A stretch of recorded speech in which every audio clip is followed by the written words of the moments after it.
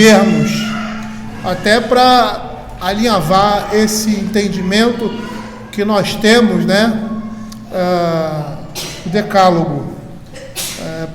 Então, hoje nós vamos desenvolver a pergunta 149. E antes de passarmos para uma outra temática dos nossos documentos,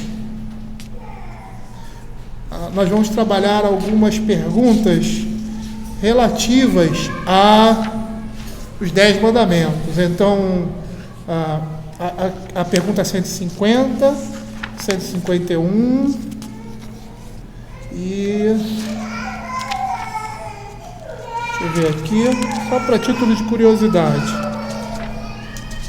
151 é grande. E acho que 152 também.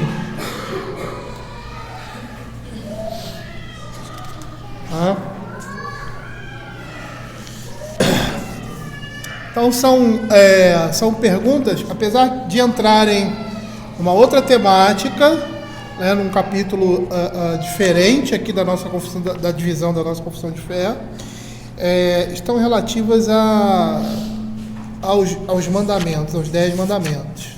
Tá? Porque a partir da pergunta 150 ele vai falar sobre a nossa condição perdida. Tá? Então tem algumas coisas que eu quero desenvolver aqui com a igreja. Tá? Mas antes de nós começarmos essa pergunta, vamos orar para darmos início aí à nossa aula de escola dominical. Senhor, queremos te agradecer, ó Pai, pela tua palavra e te pedimos que ela seja sempre, Pai, exaltada e abundantemente, Senhor Deus, lida e citada em nossos cultos, ó Pai, pregada, cantada. Que oremos também a palavra, Senhor Deus, que o Senhor esteja constantemente, Senhor, nos bombardeando, Senhor Deus, aqui na igreja, no meio do teu povo com ela, Senhor Deus. Vamos ser imersos, ó Senhor Deus, na tua palavra e conhecermos ela, Pai, para as nossas vidas, ó Senhor Deus. A necessidade que nós temos do conhecimento de Deus e da sua vontade. Fica conosco, Senhor Deus, agora e fala ao nosso coração através da instrução. Em nome de Jesus. Amém. Bom, a pergunta 149 é praticamente uma conclusão do Decálogo. É uma pergunta que vai apontar para todo o Decálogo, ou para a nossa condição diante dele. Né? A pergunta é: existe alguém perfeitamente capaz de guardar os mandamentos? E aí a resposta é: ninguém consegue por si mesmo, nem por nenhuma graça recebida nesta vida, guardar perfeitamente os mandamentos de Deus. Antes os quebra diariamente por pensamentos, palavras e obras. Então, seguindo aqui o nosso comentário, nós vamos ver o que a Escritura diz a respeito disso. O Catecismo Maior afirma, lógico que a afirmação dele é baseada na Escritura, que ninguém consegue guardar perfeitamente os mandamentos de Deus. Então vamos ver o que a Escritura fala a respeito de nenhum ser humano ter em si mesmo o poder para guardar perfeitamente os mandamentos do Senhor. Nenhum ser humano ter de si mesmo o poder para guardar perfeitamente os mandamentos de Deus. Vamos abrir em Tiago, primeiro texto, capítulo 3, verso 12. O apóstolo Paulo fala isso, né? O Lucas citou isso na última exposição aqui do catecismo, né? Que a lei é um aio para conduzir a Cristo, né? A lei é caracterizada como um pedagogo, e o pedagogo na antiguidade era um escravo, né?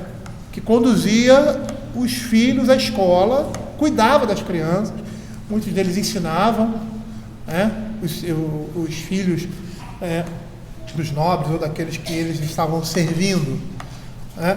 Dos seus senhores. E essa palavra vem daí. Tá? Então vamos ver Tiago capítulo 3, verso 12, para observar o que a Escritura fala sobre isso. Diz assim: acaso, meus irmãos, pode a figueira produzir azeitonas ou a videira figos? Tampouco fonte de água salgada pode dar água doce. Então nós conhecemos o texto de Tiago, que ele fala sobre os pecados da língua, e ele diz assim, que não é conveniente que essas coisas aconteçam. Então você percebe, deixa eu ver no verso, verso 10, isso, verso 10, Então você percebe que Tiago aqui nesse texto, ele faz uma crítica à incoerência no meio cristão ao usar a língua. E por que essa incoerência? Porque seria esperado que eles louvassem a Deus com as suas palavras, com a sua boca, mas parece que não é esse o caso aqui que Tiago está abordando.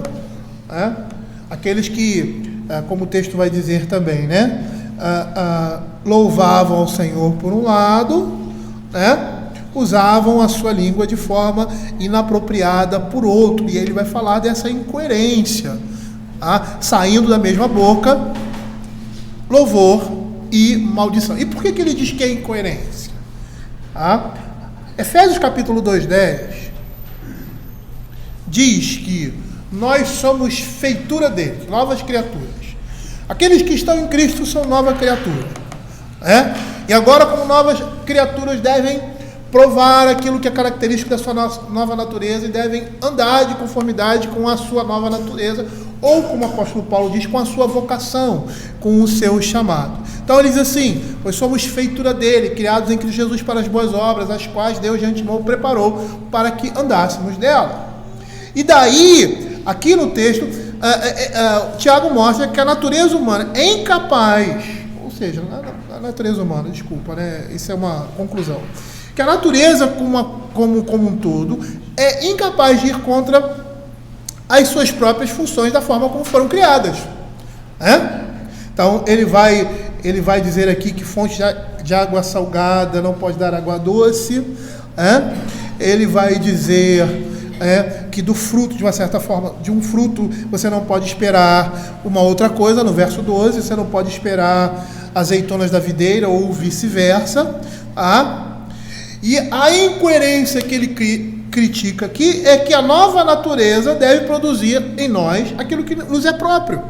Por isso que no verso 10 ele diz: meus irmãos, não é conveniente que essas coisas aconteçam, ou seja, de uma mesma boca sair bênção e maldição. Na perspectiva que o catecismo maior usa esse trecho, nós vamos concluir que mesmo como novas criaturas, nós somos ainda levados pelos nossos pecados. Senão não haveria a necessidade dessa exortação, de dizer que nós devemos o quê? Largar aquilo que não faz parte da nossa natureza, da nossa nova natureza, e abraçar aquilo que nos é conveniente. E é interessante perceber isso aqui nesse texto, porque nós vamos perceber, vamos entender que o crente, quando ele é trazido para essa nova criação, ou seja, quando há conversão,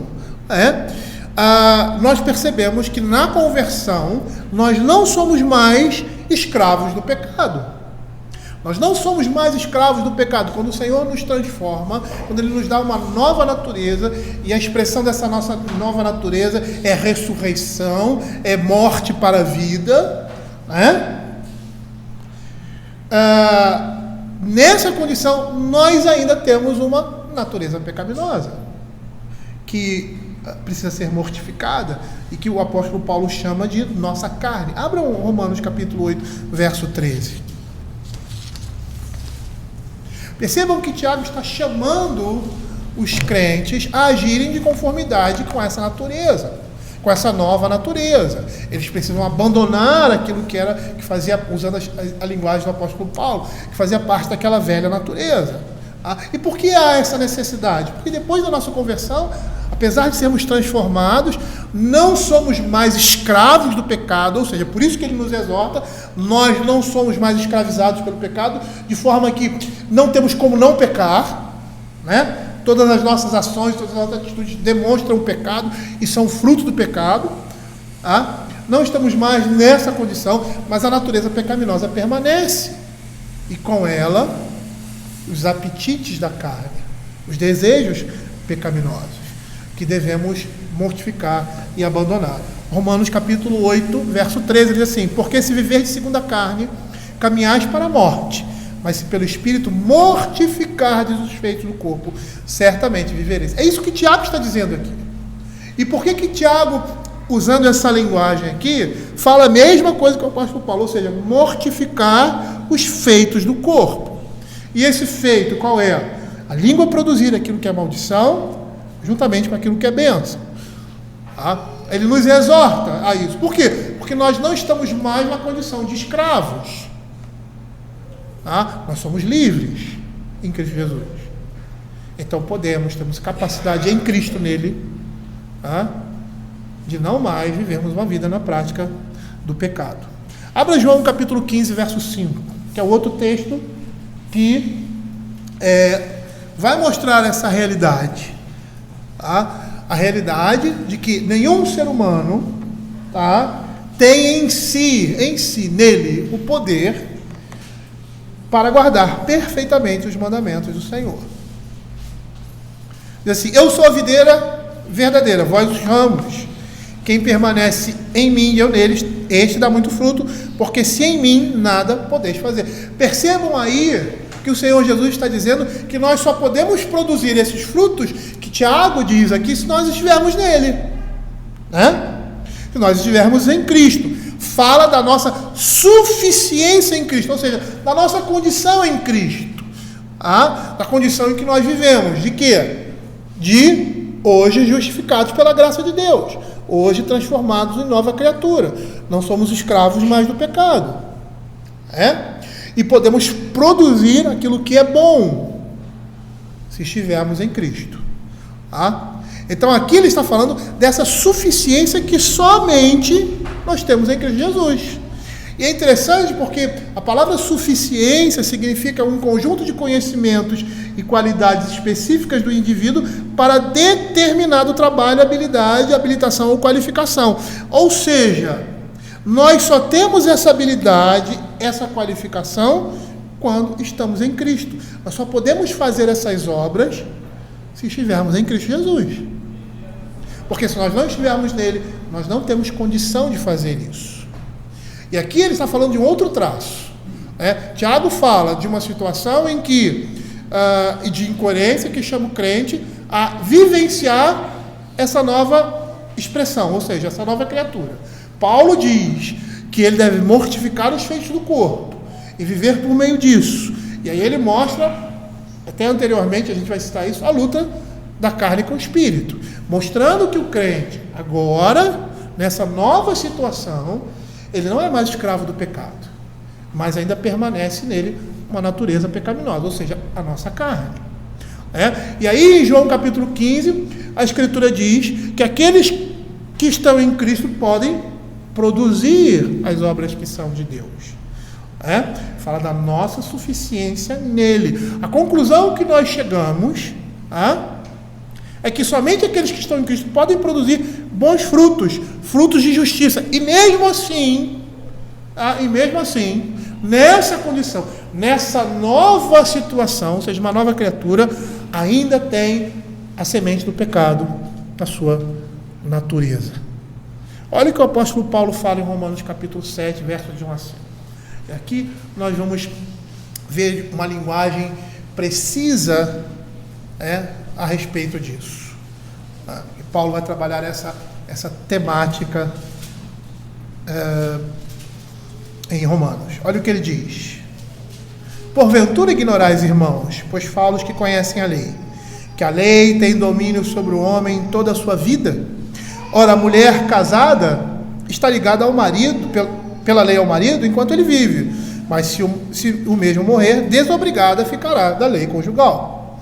De sorte que será considerada adúltera, se vivendo ainda o marido unir-se com outro homem. Porém, se morrer o marido, estará livre da lei e não será adúltera se contrair novas núpcias. Essa é a imagem que o apóstolo Paulo fala da nossa relação hoje com a lei em Cristo. Assim, meus irmãos, também vós morrestes. E é interessante essa expressão aqui, relativamente à lei. Porque essa expressão não está no original. Tá? E provavelmente essa tradução é do padre Antônio Vieira. É uma interpretação. É uma interpretação correta. Porque ele vai dizer aqui, com essa expressão relativamente à lei, que o homem morre, e o texto diz, também vós morrestes com relação à lei. Ele não diz relativamente. Isso vamos dizer assim, é uma tradução, mas que é uma interpretação, porque é isso que o texto vai dizer. Nós morremos para a lei num aspecto e para outro não. E que aspecto é esse? Nós não somos mais escravos da lei, ou seja, do pecado. Estamos debaixo da maldição da lei. E nisso nós morremos para a lei. Então, vou continuar a leitura, a gente vai falar mais adiante sobre isso. Também vós morreste relativamente à lei por meio do corpo de Cristo, para pertencerdes a outro, a saber, aquele que ressuscitou dentre os mortos, a fim de que frutifiquemos para Deus. Porque quando vivíamos segundo a carne, as paixões pecaminosas, postos em realce pela lei, operavam em nossos membros, a fim de frutificarem para a morte. O apóstolo Paulo vai dizer que ele foi estimulado ao pecado pela própria lei. Ele vai dizer que conheceu a cobiça, depois que desejou cobiçar, ou conheceu a cobiça, depois que a Bíblia disse não cobiçarás. Aí ele vai dizer, porque onde não há lei não há pecado, ou seja, na realidade ali não há consciência. Ele pecava, mas ele não tinha consciência do pecado, ele não sabia que era errado. Quando o mandamento veio, ele olha para o mandamento e sente desejo de fazer aquilo que o mandamento está dizendo o contrário. Por quê? Porque a lei é ruim? Não, por causa da carne, por causa da natureza pecaminosa dele. Aí ele diz assim, agora porém libertados da lei, estamos mortos para aquilo que estávamos sujeitos, de modo que servimos em novidade de espírito e não na caducidade da letra. Paulo vai dizer que nós estamos mortos, a Escritura vai dizer para a lei, nós que estamos em Cristo, porque não somos mais escravos dela. Não somos obrigados ou não pecamos compulsivamente. Essa é a ideia. Porque o escravo é aquele que é dominado. O Senhor diz assim, faça isso, ele vai fazer, ele não tem escolha. E a Escritura vai dizer que além de não ter escolha, ele tem prazer nisso. Quando nós somos libertos dessa condição, nós não temos mais prazer no pecado. E que prazer é esse? Aquele prazer que demonstra o quê? Satisfação, que vai apontar para uma condição. E que condição é essa? A condição de estar debaixo da ira de Deus, ser um filho da desobediência e ter prazer nessas coisas. O que Paulo está falando aqui, ele está falando da liberdade dos crentes em relação à lei de Deus. E é interessante por quê? Porque Paulo havia associado a liberdade do pecado à liberdade da lei. Olha o que ele diz em Romanos capítulo 6, verso 14. Porque o pecado não terá domínio sobre vós, porque não estás debaixo da lei, e sim da graça. Paulo, com isso, ele está querendo dizer que estar debaixo da lei é estar na condição de escravo do pecado. Essa é a ideia. Estar debaixo da lei é estar na condição de escravo de pecado. Estar debaixo da maldição da lei é estar sob uma condição que exige de nós obediência absoluta para alcançar o favor de Deus. Essa é a condição que todo homem se encontra diante de Deus, por meio da lei. Paulo faz essa ligação. Se eu sou escravo do pecado, é porque eu estou debaixo da maldição da lei. Estou numa condição de escravo do pecado e que exige de mim uma absoluta obediência para alcançar o favor de Deus. E o uso que Paulo faz da lei de Deus aqui é aquela pela qual, por meio da obediência irrestrita, alguém pode alcançar a salvação. E é interessante que muitas vezes nós não entendemos porque Cristo teve que obedecer a lei em tudo. E como homem, porque ele assume o nosso lugar. A obra de Cristo não é só a obra que ele faz na cruz. Ele morre por causa dos nossos pecados. Teve um teólogo, não lembro quem foi, que disse que se Cristo morresse apenas por nós e não nos substituísse na sua vida, ou seja, de obediência completa, quando ele morresse na cruz, os nossos pecados todos estavam perdoados. E aí, quando nós cometêssemos um pecado, aquele pecado que nós cometemos a partir dali, iria nos condenar ao inferno. Mas quando ele assume a nossa posição e exerce justiça, ele exerce essa justiça em nosso favor. E nos imputa essa justiça por meio da sua vida, cumprindo a lei no nosso lugar e nos tornando justificados por meio da sua morte em Cristo Jesus. É uma obra completa. E por que isso? Porque o menor pecado vai nos levar a quebrar toda a lei. E essa é a relação que a lei tem com o homem. Ou seja, de absoluta obediência para alcançar o favor de Deus.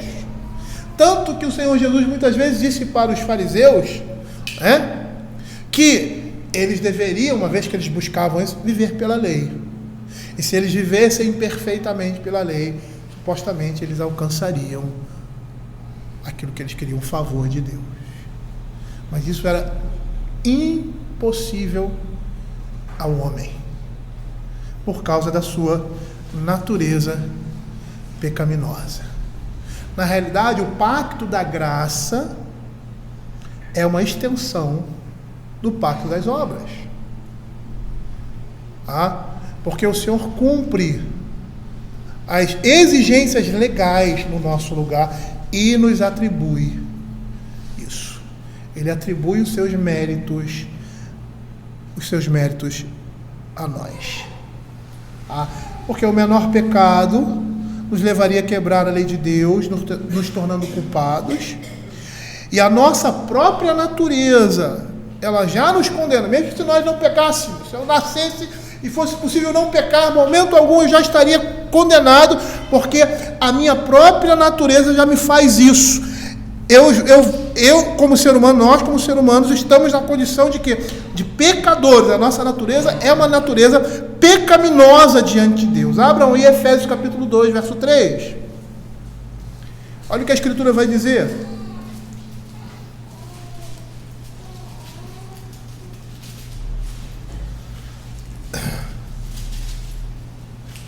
E éramos por natureza filho da ira, como também os demais. A nossa própria condição humana já nos garante condenação. Se fosse possível uma pessoa nascer e ficar parada ali no pecado, a sua própria condição já o levaria a essa condição, ou seja, debaixo da ira de Deus. Por quê? Salmo 51, verso 5. Eu nasci na iniquidade e em pecado me concebeu minha mãe. O homem, por geração natural, nasce no pecado. Isso é tão real que a encarnação de Cristo demonstrava isso. Apesar de não ter pecado, por ter uma natureza humana, essa condição lhe é imposta. Ou seja, que condição? De uma natureza humana que representa o pecado. Por isso ele era o Cordeiro de Deus que tira o pecado do mundo, porque ele era o único que não tinha pecado. Nasceu de geração o quê? Espontânea? Não, sobrenatural, pelo Espírito Santo de Deus, por meio de Maria. Então, uma criança nasce com um óvulo e um espermatozoide. O óvulo de Maria foi fecundado por obra do Espírito Santo. Ele era humano, mas era divino. Por isso não tinha pecado. Concebido por obra do Espírito Santo.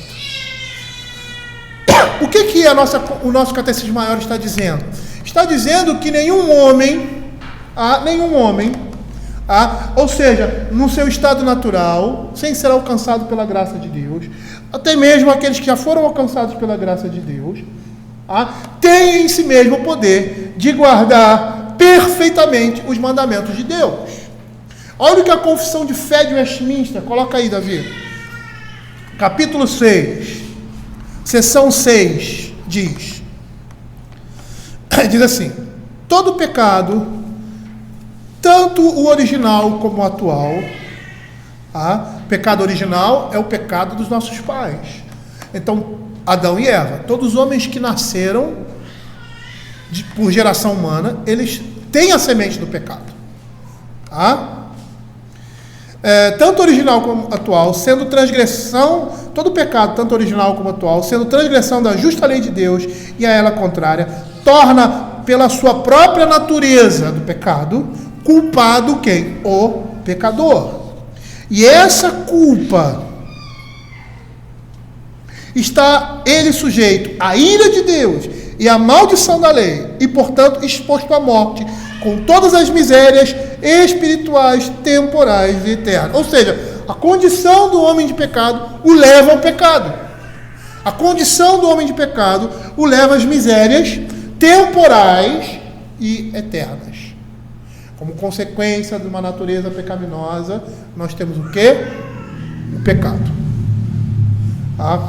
Eu tenho alguns textos aqui que ele vai apontar para isso. Vamos ver os textos que... Eu não tinha essa perspectiva, não. Eu coloquei... Tinha colocado aqui só para nível de conhecimento, né? Mas vamos pegar alguns textos que mostram que essa afirmação. João capítulo 3, verso 4, da nossa confissão de fé. João capítulo 3, verso 4.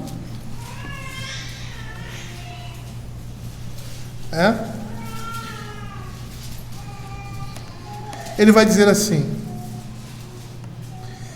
em verdade te digo que se alguém não nascer de novo, não pode ver o reino de Deus. E esta expressão seria literalmente nascer do alto. No original é nascer do alto, nascer de Deus. Se uma pessoa não nascer de Deus, não pode ver o reino de Deus. Por quê? E por que ele faz essa alusão? Ele faz a alusão ao nascimento comum. Por isso que é usada essa expressão. Por quê? Porque é um novo nascimento, é uma nova criação.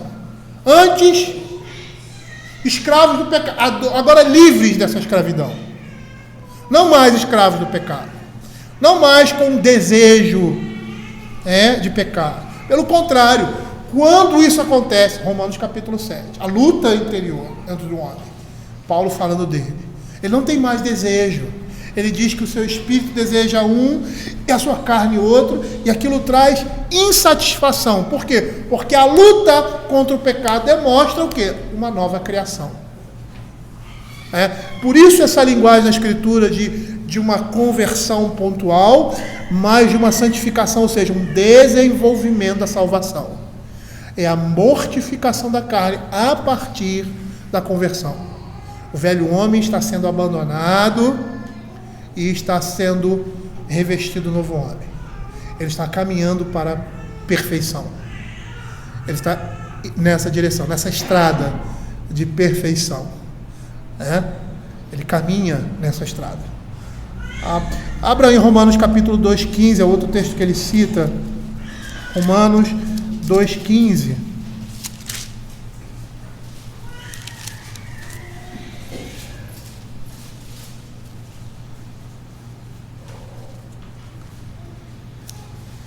E aqui o texto de Romanos fala da lei que é gravada no coração do homem, mostrando que o quê? Que todo pecado, seja original ou atual, é transgressão da justa lei de Deus. E quando o homem faz aquilo que está de conformidade com a lei, não tendo a lei para si mesmo, ele mostra o quê? Essa norma da lei. Ou seja, a consciência dele o acusa, dizendo que aquele comportamento é pecaminoso e que mostra que é transgressão da lei de Deus.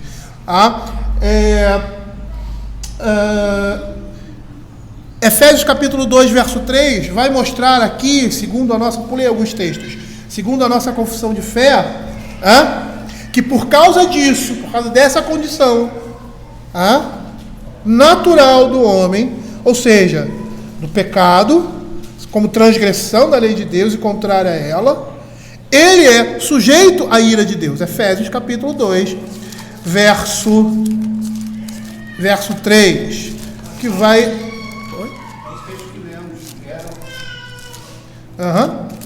Capítulo 2, verso 3, entre os quais também nós andamos outrora, segundo as inclinações da nossa carne, fazendo a vontade da carne e dos pensamentos, e éramos, por natureza, filhos da ira, como os demais. E por causa disso, sujeitos ao quê? A maldição do pecado. A maldição, a maldição da lei. Então, o que nós podemos ver aqui, que aquilo que o apóstolo Paulo fala, que foi traduzido ali, lá em Romanos capítulo 7, Paulo fala em Romanos capítulo 7, eu abri aqui e voltar para Romanos capítulo 7, que ele, ao traduzir, ele dá uma interpretação, porque também vós morrestes relativamente à lei, essa interpretação aí, que temos como uma tradução, mostra que o crente não é liberto da lei em todos os sentidos concebíveis, mas no sentido em que a maldição da lei está sobre ele. Por que ele não é liberto da lei em todos os sentidos? Porque ele ama a lei de Deus. Porque ele quer se conformar a essa lei. Então agora, como nova criatura, ele é liberto da maldição da lei, não é mais o escravo do pecado, agora ele ama a lei de Deus. Agora ele é escravo de uma outra forma dessa lei. É uma escravidão que se demonstra pelo amor e pela conversão na vida de um homem. Salmo 119, 97. Ele diz assim: quanto amo a tua lei, é a minha meditação todo dia. Então esses textos demonstram que nenhum ser humano tem por si mesmo o poder de guardar perfeitamente os mandamentos de Deus. Foi uma coisa que nós observamos aqui, no decorrer do ensino com relação à lei de Deus. Olha o comentário que Johanne faz, o seu primeiro comentário. Ele diz assim: porque é verdade que nenhum ser humano tem de si mesmo o poder de guardar perfeitamente os mandamentos de Deus. Essa declaração é verdadeira, porque todos os seres humanos... Eu vou deixar a Rebeca parar de gritar primeiro, porque está difícil, viu? Vamos correr com ela. Está difícil. Está difícil. Vou voltar. Porque é verdade que nenhum ser humano tem em si o poder de guardar perfeitamente os mandamentos de Deus. Essa declaração é verdadeira porque todos os seres humanos nasceram com um coração ou natureza pecaminosos que os faz cometer constantemente toda sorte de pecados. Todos vêm a este mundo com uma natureza depravada e corrompida pelo pecado original. Como nós vimos, o pecado original determina inevitavelmente a qualidade moral da vida e das ações da pessoa. A corrupção do pecado original não é extirpada nesta vida, nem mesmo das pessoas que nasceram de novo pelo Espírito Santo, mas é tão somente subjugada. Então, o que ele diz aqui, em linhas gerais, com a conversão, o homem deixa de ser escravo do pecado, mas ele ainda tem uma natureza pecaminosa que, por vezes, o faz pecar. O pecado ainda está presente na vida dele. E ele é chamado a mortificar esse pecado. É como a conversão na vida cristã, é como um nascimento. Por isso que é vista dessa forma. Por quê? Porque quando uma criança nasce, ela precisa aprender a ficar quieta no culto. Só que ela está muito novinha para aprender isso.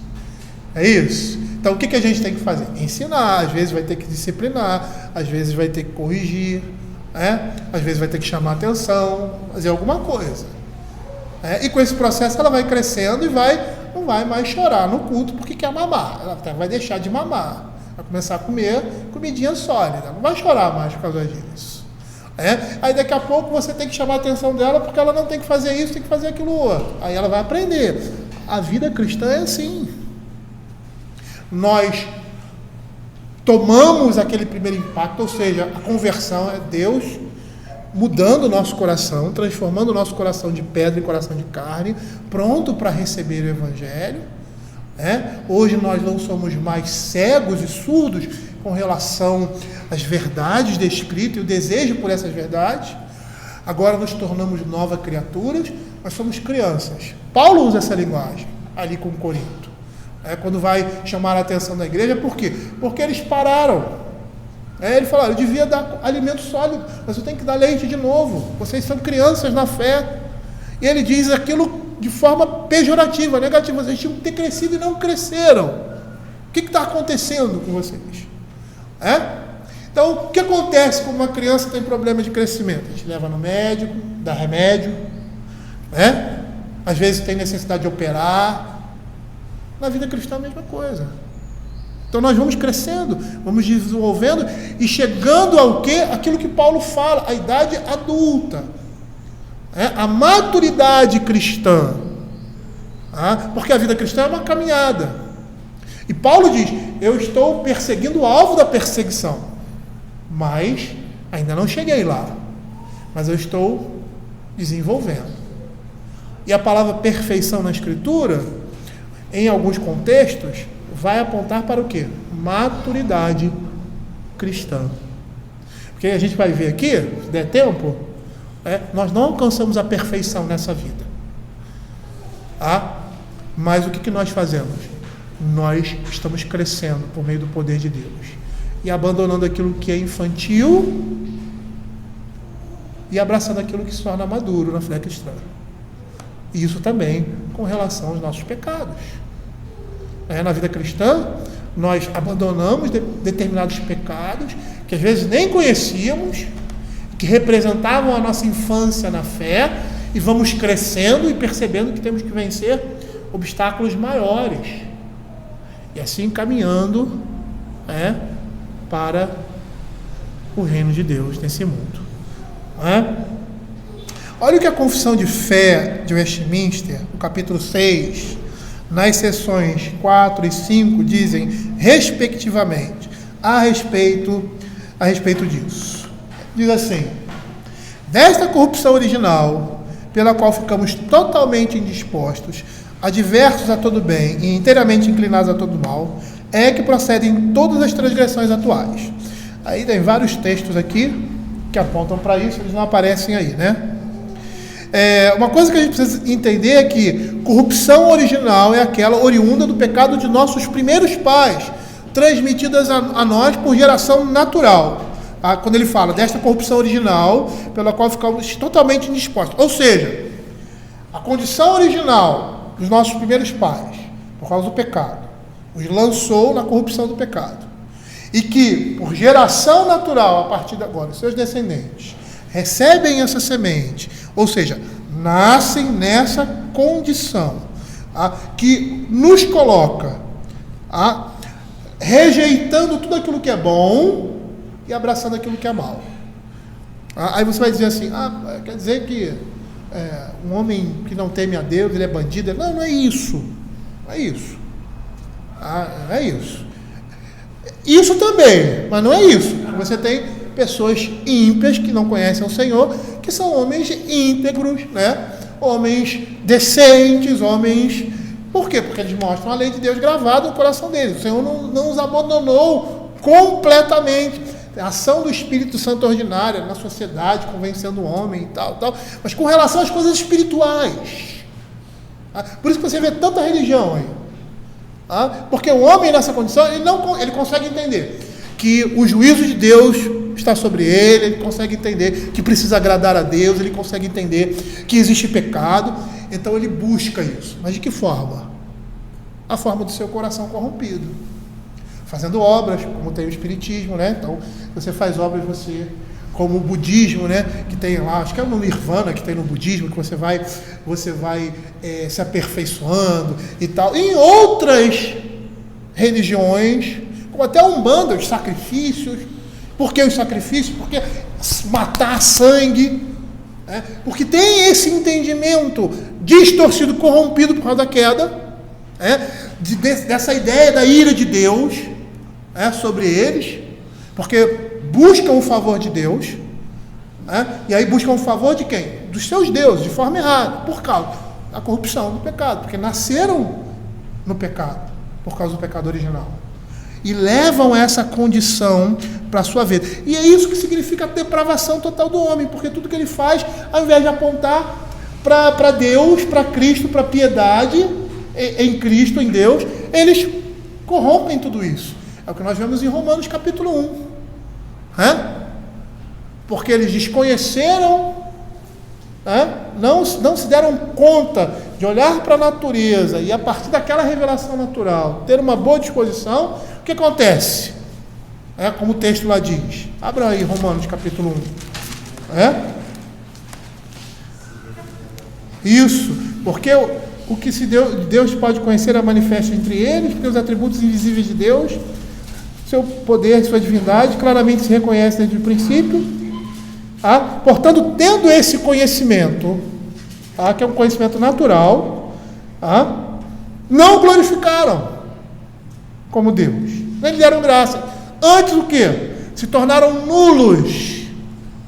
Você vê na história da humanidade determinados povos que acreditavam num único Deus. E eles chegavam a essa conclusão pelas coisas da natureza. Esse conhecimento não é um conhecimento salvífico, mas pelo menos restringe que eles hajam como bestas feras, como nós vemos aqui, mudando a glória do Deus incorruptível em semelhança do homem, adoram o homem, animais, aves, quadrúpedes e répteis, elementos da natureza, e eu poderia citar uma infinidade. E mesmo esses que reconhecem na história da humanidade, eles se voltam para essa ideia de um Deus, mas completamente distorcida. Por quê? Por causa da sua condição de pecado, por causa da sua natureza corrompida ali na queda. Olha o que a seção 5 da Confissão de Fé do capítulo 6 vai dizer. Esta corrupção da natureza persiste durante esta vida naqueles que são regenerados E embora seja ele perdoada e mortificada por Cristo, todavia tanto ela como seus impulsos são reais e propriamente pecado. A nossa confissão de fé reconhece que essa corrupção original permanece, persiste, apesar de termos sido regenerados. Ela ainda está presente por quê? Por causa da nossa carne. Por isso que o apóstolo Paulo ansiava tanto de ser revestido por uma nova habitação. E que habitação era essa? Onde o pecado não ia mais habitar. Onde não haveria mais essa luta que ele travava consigo mesmo, que todo crente trava, entre a santidade e o pecado. Que quando o crente peca, ele se entristece, e essa tristeza é fruto do quê? Da conversão. Essa mão pesada de Deus, os ossos doerem, como Davi fala, demonstra o quê? Conversão. Por quê? Porque antes, numa condição anterior, não existia esse entendimento que aquilo que estava sendo feito desagradava a Deus e, consequentemente, me adoecia na alma e no corpo. Esse entendimento e esse sentimento demonstra a luta, ou seja, o crescimento de um homem que foi chamado a uma nova vida. É interessante, me lembrei agora de um exemplo, meu filho sentiu isso. Aquela criança ali, é a cara, né? Ele, quando começou a crescer, ele começou a sentir dor nos ossos. Lembra disso, Lucas? Ele sentia dor nos ossos. Aí a gente foi levar no médico, o médico falou, é consequência do crescimento. E é interessante, porque o nosso crescimento na vida cristã é semelhante. Nós vamos crescendo, é uma coisa boa, né? Mas sentimos dor. Por quê? Por causa da nossa natureza pecaminosa, que ainda persiste, que ainda está em nós. Não somos escravos dela, estamos livres da maldição dela, mas ela está presente. E aí temos aí Romanos capítulo 7, abram aí, 14.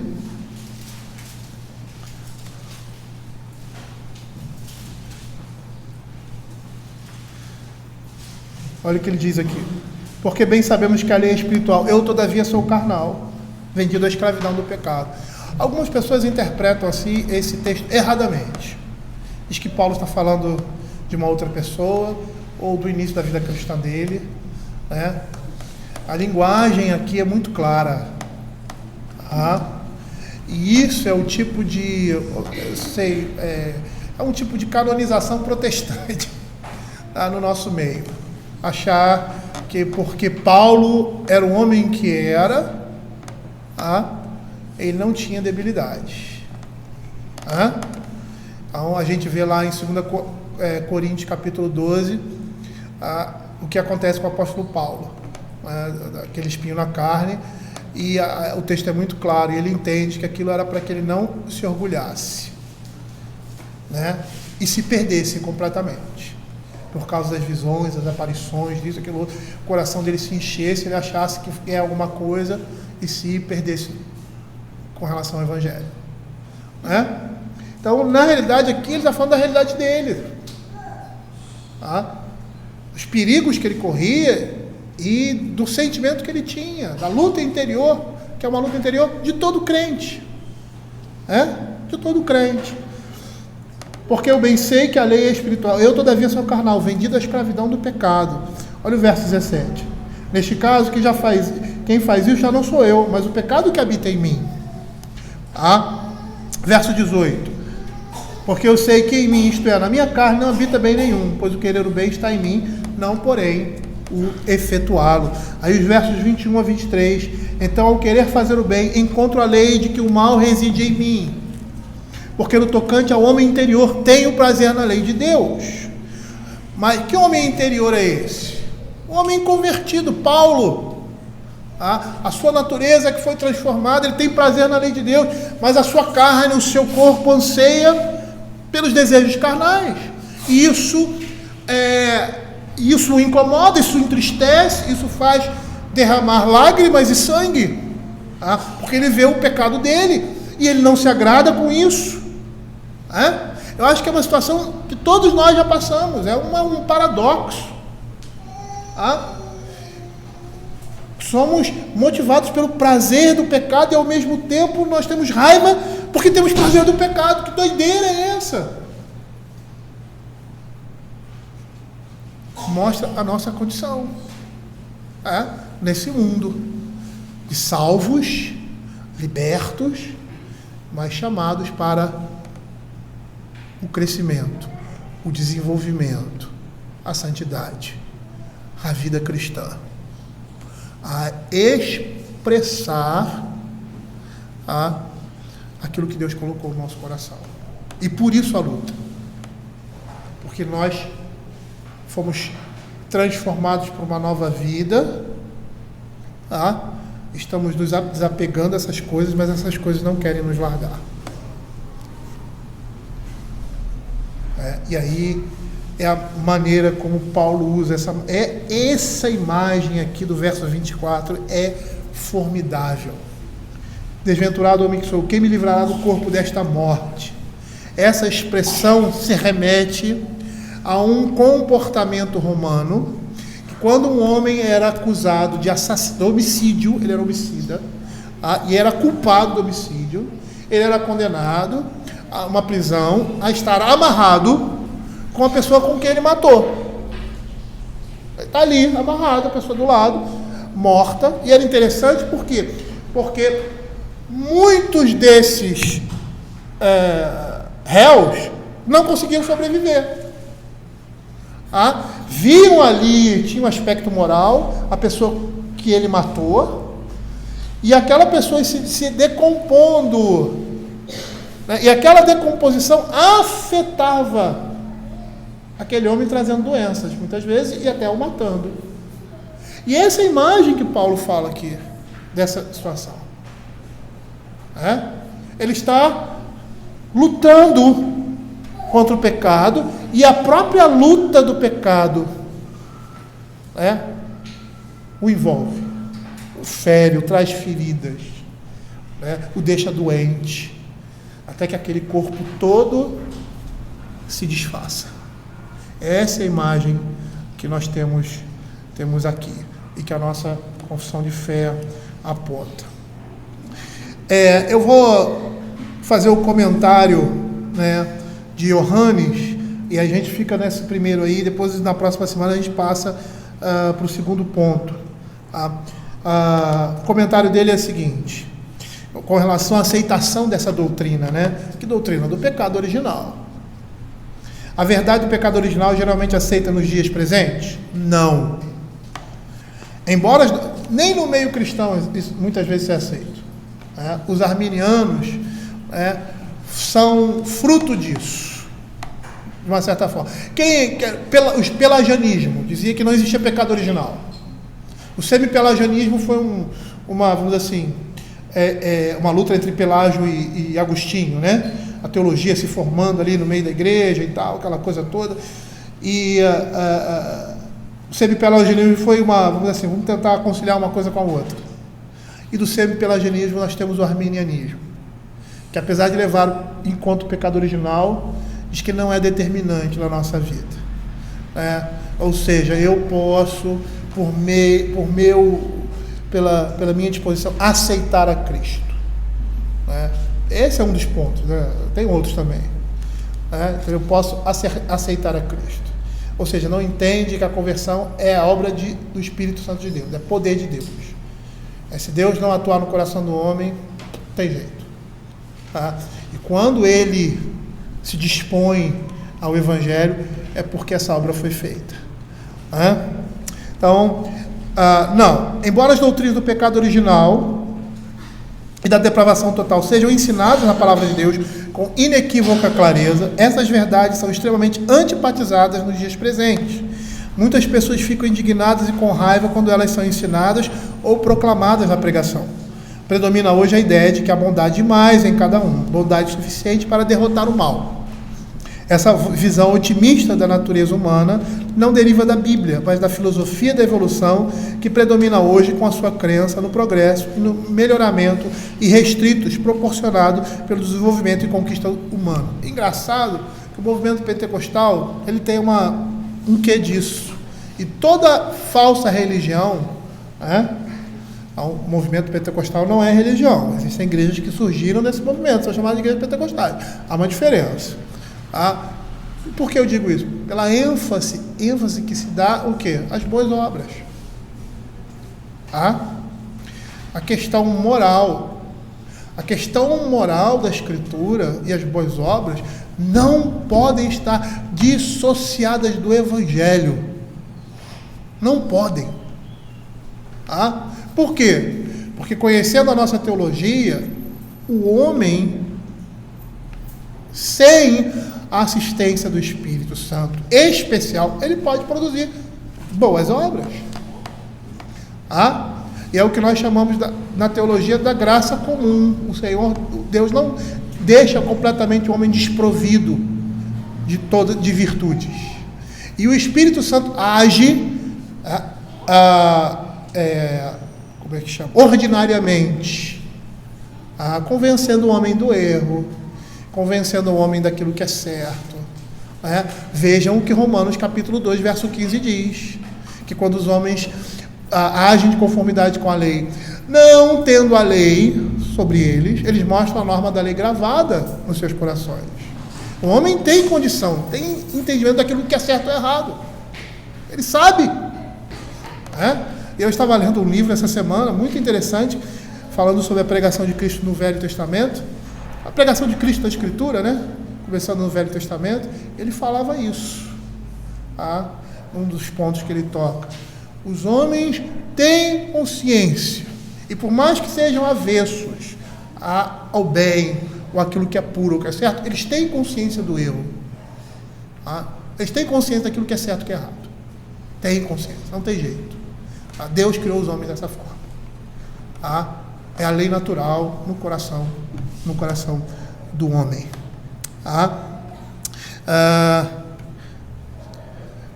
Muitas pessoas ficam indignadas quando elas são ensinadas. Predomina hoje a ideia de que há bondade mais em cada um, bondade suficiente para derrotar o mal. Esse mal aqui, nós precisamos entender, aí voltando, não é que só crente faz coisa boa. Não é isso. Pelo contrário, o crente também faz coisa ruim, porque mostra a natureza pecaminosa dele.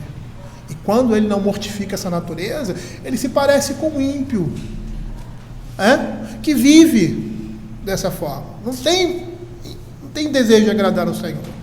Então o mal aqui não está relacionado eu vou fazer uma coisa boa para o meu vizinho, eu vou, não está se referindo a isso. O mal está falando do pecado. O mal está falando da desconsideração, do desprezo a Deus e a sua lei. É esse mal que o homem não pode vencer.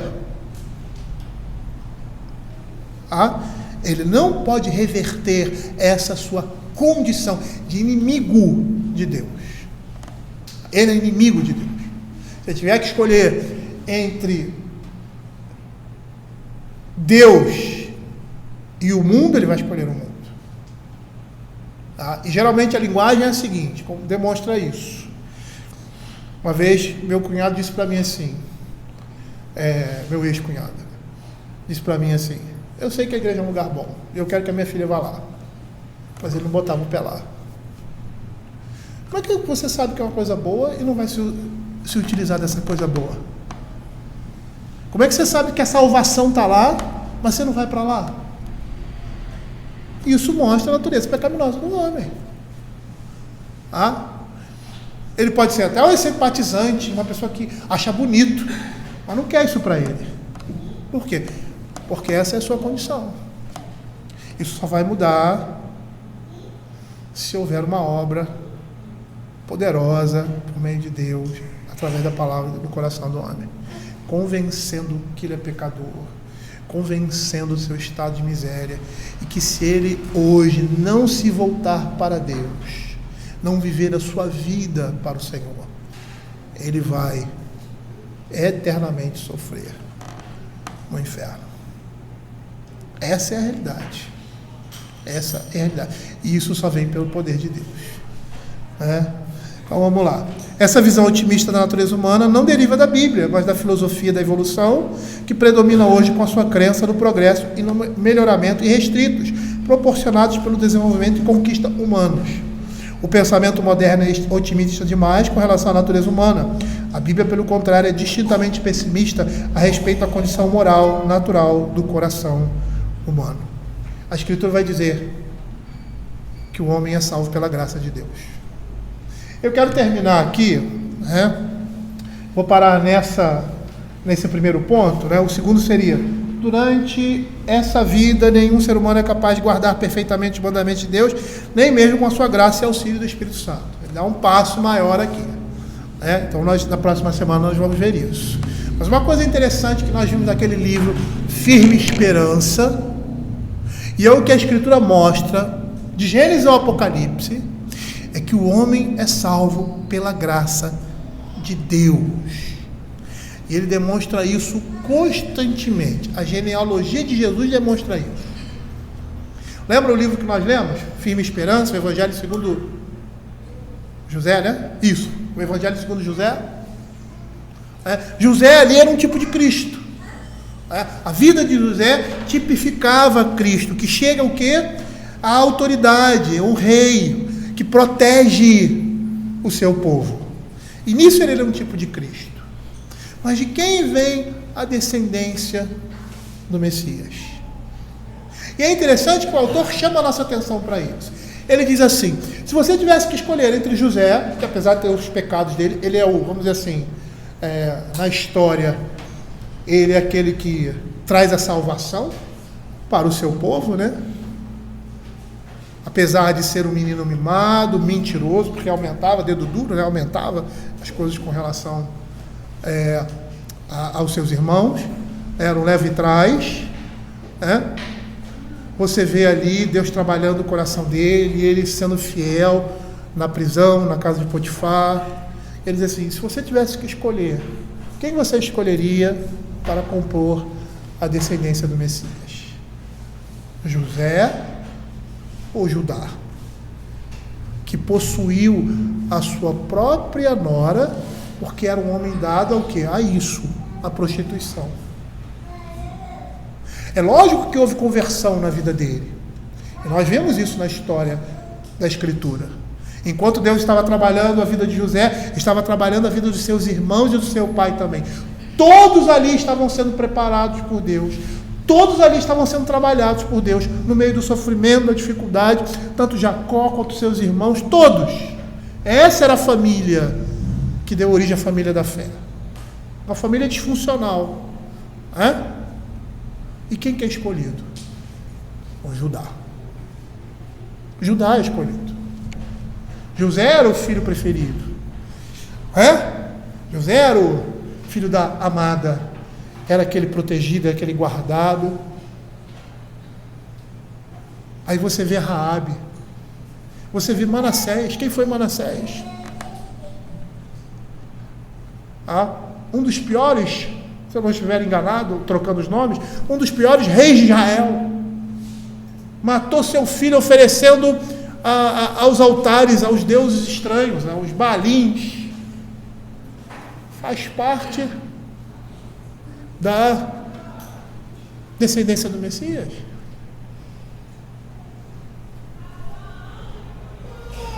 Todos esses tinham um péssimo currículo, apesar de se arrependerem dos seus pecados. O Senhor poupou Israel porque Manassés se arrependeu das atrocidades que fez. Judá se arrependeu do seu pecado. Mas humanamente falando, o Senhor escolheu esses homens. E a Escritura mostra isso. Por quê? Porque a Escritura vai mostrar do início ao fim que é pela graça de Deus. Não é pelos méritos. Não são os bonzinhos que recebem o reino de Deus. São os maus. O Senhor Jesus disse isso. Eu não vim buscar sãos. Eu vim buscar pessoas doentes. Ele diz: eu sou um médico que veio buscar pessoas doentes. E quem não reconhece que é doente, quem não reconhece que é vil, se coloca fora disso, como os fariseus se colocaram. Por isso o Senhor Jesus dizia para eles: as prostitutas, meretrizes e publicanos, o pior daquela sociedade, vos precedem no reino de Deus. Por quê? Porque eram pessoas que, pelas suas vidas, é lógico que é pela graça de Deus, reconheciam que não mereciam aquilo que receberam, não mereciam a salvação. E é isso que Deus mostra para nós. A igreja é composta de pessoas assim, pessoas que não merecem o reino de Deus, mas que receberam esse reino pela graça e pela misericórdia dele, por aquilo que Deus fez neles, e que agora, a partir de agora, os chama o seu povo a viverem uma vida de santificação e honra ao Senhor. Nessa caminhada que não é fácil, que é uma caminhada difícil, mas é uma caminhada que vai nos levar ao céu. Não tem como não ser assim. Por quê? Porque é pelo poder de Deus, não é pelo nosso. É isso que essa teologia vai dizer, é isso que a Escritura vai apontar com relação à lei de Deus. E nós, na semana que vem, nós daremos continuidade no segundo ponto da pergunta 149. Durante essa vida, nenhum ser humano é capaz de guardar perfeitamente os mandamentos de Deus, nem mesmo com a sua graça e auxílio do Espírito Santo. Alguém tem alguma pergunta a fazer? Então vamos orar. Vou pedir para o Davi.